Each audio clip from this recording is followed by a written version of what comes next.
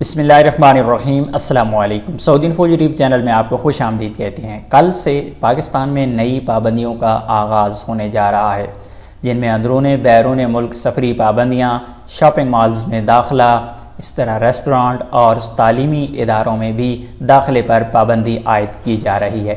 NCOC کی جانب سے ایک ٹویٹ کی گئی ہے اور جس میں بتایا گیا ہے کہ get vaccinated to avoid inconvenience, آپ ویکسین لگوا لیں کسی بھی مشکل سے بچنے کے لیے۔ فرام 1 اکتوبر 2021 سے non vaccinated, partially vaccinated individuals will face restrictions in many sectors including travelling, shopping, gathering and school jobs.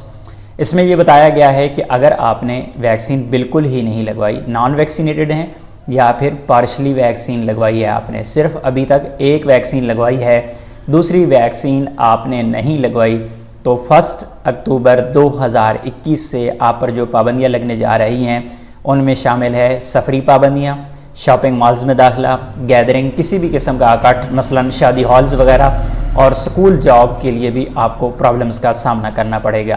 آپ یہاں پہ اردو میں بھی لکھا ہوا دیکھ سکتے ہیں، یہاں پر بتایا گیا ہے کہ 2 دن بعد غیر ویکسین شدہ افراد پر پابندیاں لاگو، تعلیمی اداروں کا سٹاف اندرون بیرون ملک سفر، ریسٹورانٹ، شاپنگ مالز، شادی ہالز اور دیگر روزمرہ ضروریات تک رسائی کے لیے 30 سپٹمبر سے پہلے ویکسین لگوا لیں۔ اور یہ وارننگ جاری کی گئی ہے NCOC کی جانب سے۔